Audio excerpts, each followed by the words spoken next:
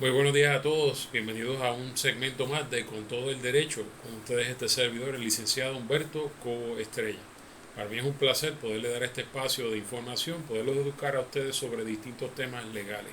Hoy quisiera hablar de un tema que ha estado dando mucho de qué hablar durante la pasada semana, un incidente lamentable que ocurrió en el área de Carolina, donde aparentemente un individuo intercepta a otro en una intersección, en una carretera, lo confronta, se apea, lo confronta con un bate y la otra persona pues repele esa agresión con un arma de fuego para cual aparentemente tenía licencia. Ciertamente la forma en que ocurrió los hechos no es una forma perfecta porque ningún incidente es perfecto, siempre va a dar de qué hablar y creo que todos coincidimos que hasta el momento en que ocurre el momento de repeler la agresión se justificaba por los distintos elementos que estaban.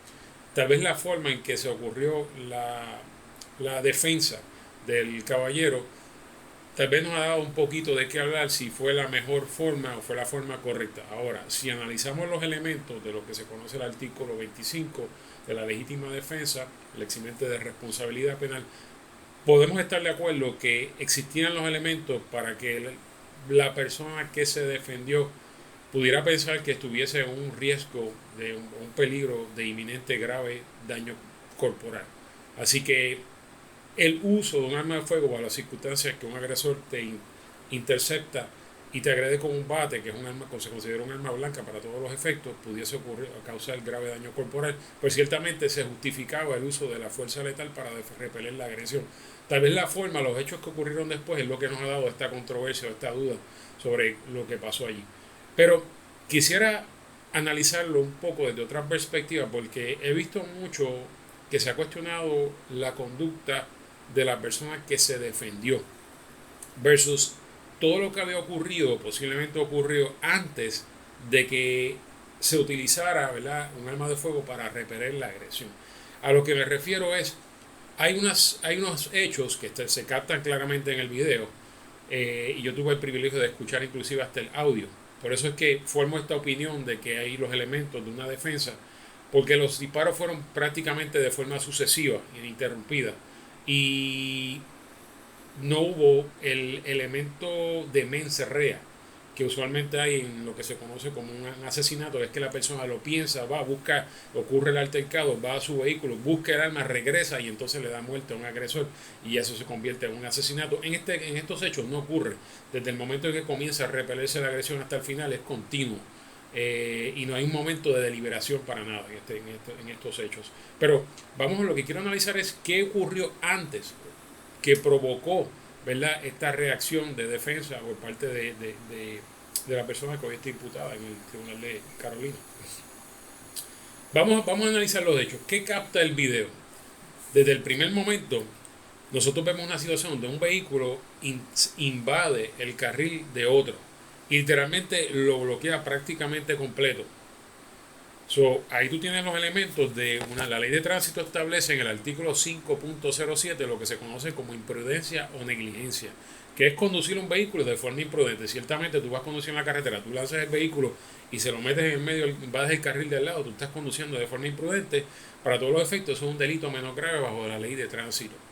Posteriormente, eh, al bloquear esto, se está restringiendo la libertad de esa otra persona en el otro vehículo para todos los efectos, utilizando lo que se conoce intimidación o violencia, obviamente un bate. Cuando se apea del vehículo y confronta al otro conductor con un bate, se está causando intimidación, se está empleando la violencia. Eso bajo el Código Penal, el artículo 156 se conoce como restricción de libertad agravada, porque la persona no tiene forma de montarse en su vehículo y volverse a ir o continuar de marcha por el mismo camino y en la misma dirección en que iba. Esto es un delito grave que tiene un término fijo de 3 años. Ya eso es un delito grave que había ocurrido, para todos los efectos, pudo haber ocurrido en ese momento. A la misma vez se le está alterando la paz a la otra persona en el vehículo, que eso bajo el artículo 241 constituye un delito menos grave. Eh, Se utilizó, se empleó el bate aparentemente para romperle los cristales del vehículo.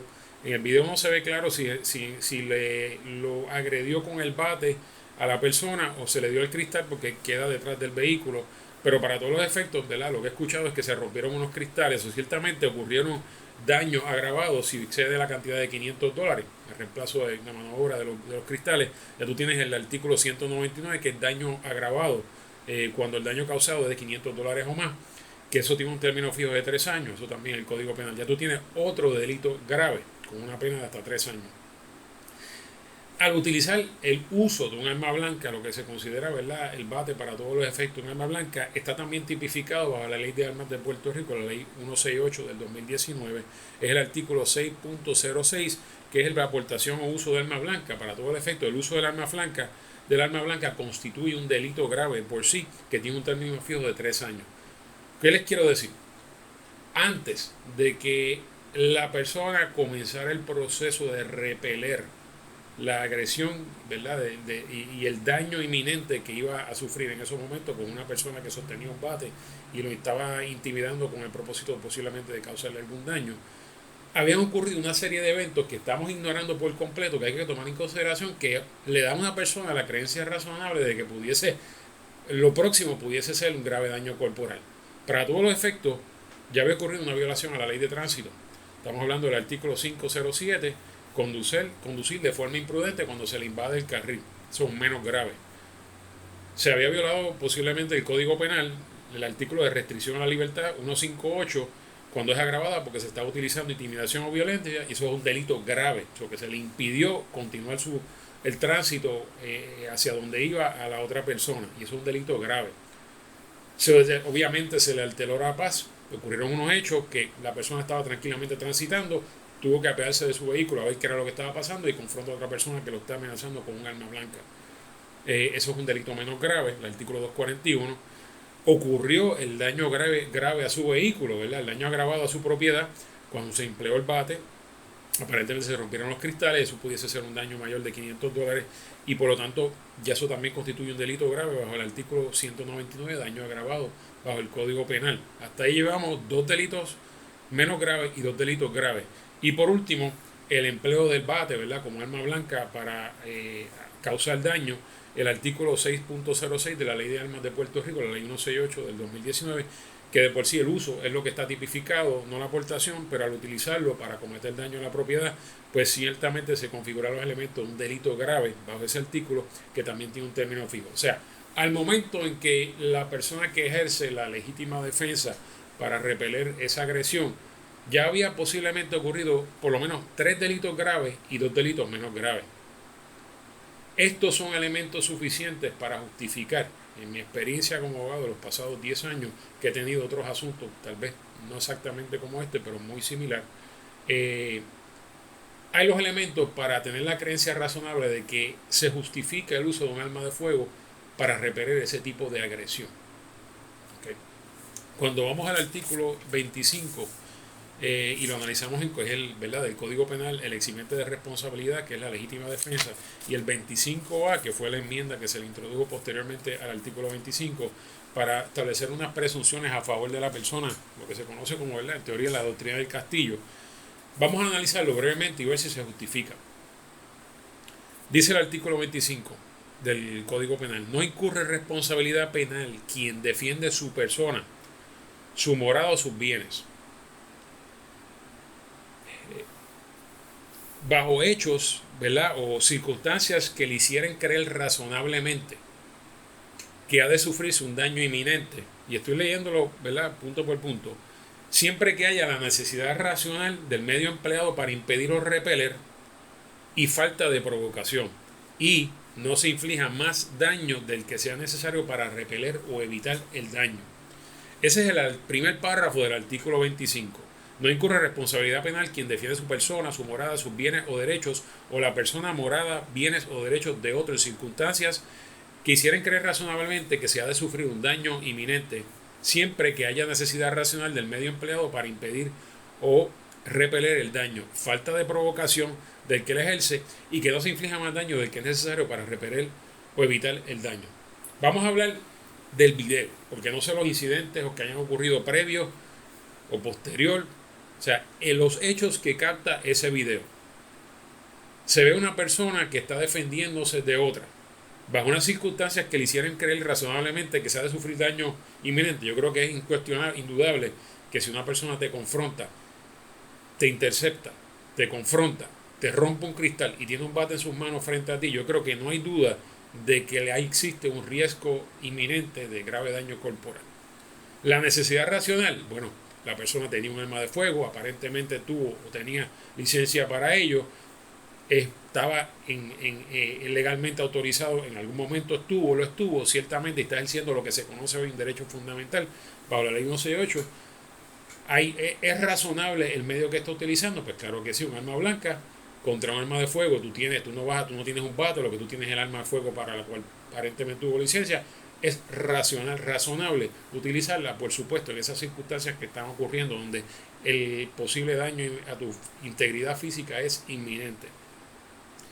Falta de provocación, por lo menos en el video no se ve ningún tipo de provocación de parte de la persona que se defiende, y que no se inflija más daño del necesario para repeler o evitar el daño. Este es el elemento donde hay dudas, si el daño que en el proceso de repeler esa agresión se le causó, que lamentablemente, porque nadie puede estar feliz de una situación como esa, se le dio muerte a una persona, si el daño que se ocasionó fue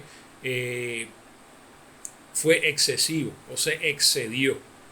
Bueno, ciertamente yo vi un segmento de un programa esta semana de Pelota Dura donde un ex juez planteó precisamente lo que yo discutí con el señor Ariel Torres hace varias semanas atrás. Y eran los hechos de que posiblemente la persona desde el suelo pudiese sustraer un arma de fuego, lo que se conoce, ¿verdad? Lo que él mencionó como un plan B. Podía haber sustraído un arma de fuego o un arma blanca. Cuando analizamos esto con lo que se conoce la regla de Tuller, no sé si lo estoy mencionando, que es ¿verdad? Los policías y law enforcement estudian que una persona a 21 pies de distancia o a menos de 21 pies con un arma blanca posiblemente pueda alcanzarte, impactarte con un arma blanca antes de que se pueda desenfundar un arma de fuego. Pues ciertamente la distancia es muy corta donde este caballero cayó al suelo y posiblemente pudo haber estado en posición de haber respondido al caballero que se estaba defendiendo, ya sea con un arma blanca o un arma de fuego. Esa es la razón por la que si la única persona que puede evaluar la creencia razonable de que si todavía representaba o no un riesgo para él, simplemente en esa fracción de segundos, era él. Nosotros no podemos sustituir sus criterios y decir si yo hubiese estado ahí, yo lo hubiese hecho distinto, porque realmente no sabemos cómo ninguno de nosotros va a reaccionar ante la presión o el estrés de esa situación. Debemos tomar en consideración que al caballero que se defendió le cobijan unas presunciones. El artículo 25A del Código Penal establece las presunciones a favor de la persona que se defiende. Establece la presunción de que se va a creer la razonabilidad y la necesidad racional del medio que se empleó.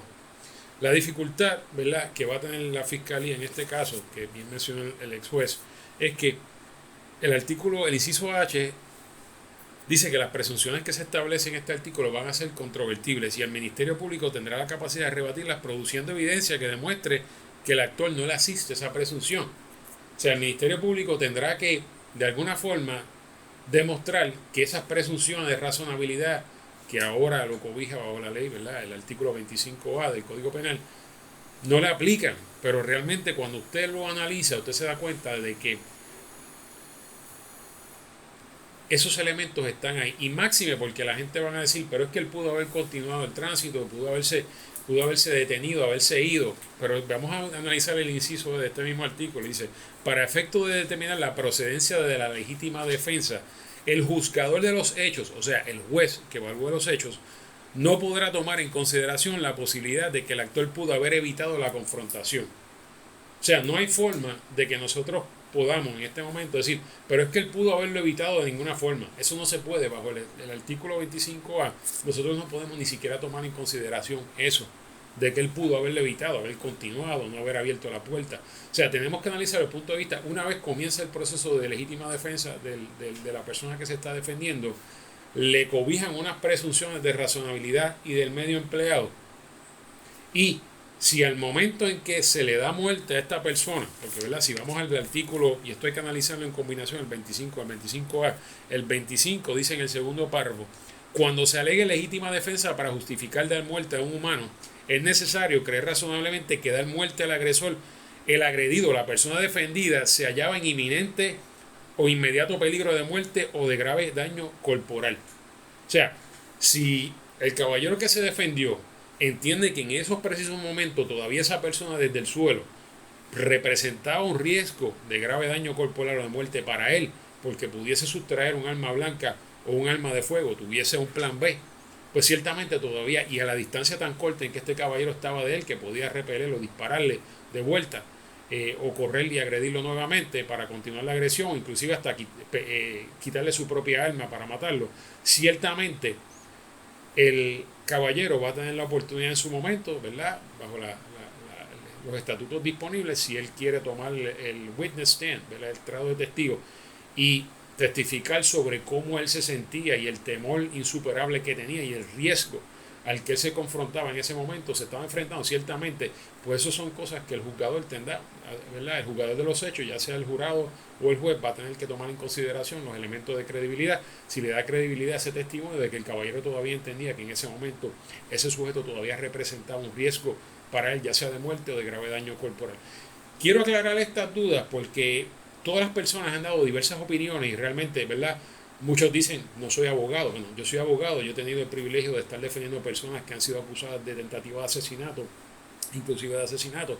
Así que sé de lo que estoy hablando. Tampoco nadie es perfecto, todos podemos cometer errores. Esta es simplemente mi opinión como abogado. El caso es defendible. Ah, que lo acusaron, que le iban a encontrar causa. Bueno, casi todos los casos de legítima defensa que yo conozco, casi siempre, Fiscalía le ha radicado cargo. Y en regla 6 que lo que se ve no son los méritos del caso, es simplemente la causa para arresto. Si existe la probabilidad de que la persona que está siendo imputada haya estado involucrada en algún delito y lo que se requiere es una cintilla, pues en regla 6 casi siempre encuentran causa para esto. Claro, cuando se va a vista preliminar, se desfila la prueba. Este caso, desde el punto de vista legal, yo como abogado entiendo que es defendible. Claro, eso será en su día cuando se celebre la vista preliminar. Y puedo dar esta opinión porque yo no soy abogado del caso, yo no represento al caballero. Pero sinceramente, los elementos para justificar la legítima defensa y poder darle una defensa a este caballero están ahí ante un tribunal. Lamentable que una persona que utilizando un arma de fuego para defenderse dentro del marco de ley, ante unos hechos que yo creo que a cualquiera le dan una creencia razonable de que habían ocurrido unos delitos y que lo próximo que venía era daño corporal y daño físico grave, pues ciertamente se justificaba. Es lamentable que tenga que enfrentar un proceso legal y para eso precisamente es que existe lo que se conoce como Codepola, para ayudar y orientar a las personas en situaciones como esta. Para eso es que el señor Ariel Torres creó la Corporación para la Defensa de los Derechos del Poseedor de Licencia de Armas de Fuego, Codepola, y precisamente para eso, querer en estos momentos tratar de no justificar cuando la mayoría, si no todos los elementos de legítima defensa están ahí en esta situación, yo creo que es irrazonable porque estaríamos claudicando los principios nuestros que siempre han sido de que no debemos permitir que una persona le cause daño a otro y si tiene la oportunidad de defenderte y defender tu vida, lo cual estaba haciendo este caballero, hay que apoyarlo y hay que defenderlo. No podemos simplemente condenarlo y decir, él es un delincuente más porque este caballero se defendió y el video lo muestra claramente que ahí están casi todos los elementos para una defensa y ciertamente el Estado va a tener que probar la culpabilidad o lo que se conoce el elemento de intención de mens rea, que es difícil en estos casos, lo va a tener que probar y probablemente en su día eso va a ser muy difícil que se pueda demostrar.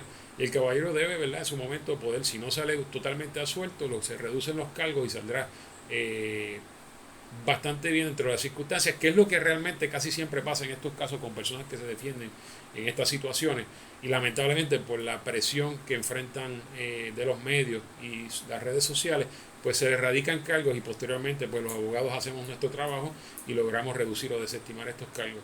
Así que esperamos que en su día el caballero salga bien, le deseamos mucho éxito. Muy lamentable la pérdida de vida de la otra persona, lo lamentamos, ¿verdad?, esa situación, nadie yo creo que desea eso. Pero debemos estar claros que los elementos, y este caso va a dar mucho de qué hablar en los próximos años de estudio, los elementos de una legítima defensa estaban aquí en ese momento. Así que para más preguntas, cualquier duda que usted tenga, comuníquese con este servidor, se pueden comunicar también con el señor Ariel Torres, a Codepola, y tratamos de aclarar las dudas que ustedes tengan. Así que muchas gracias amigos por estar con nosotros en este otro segmento de Con Todo el Derecho. Espero que este servidor, el licenciado Cobo Estrella, haya podido aclarar algunas de sus dudas. Les deseo mucha suerte, cuídense mucho, hasta la próxima.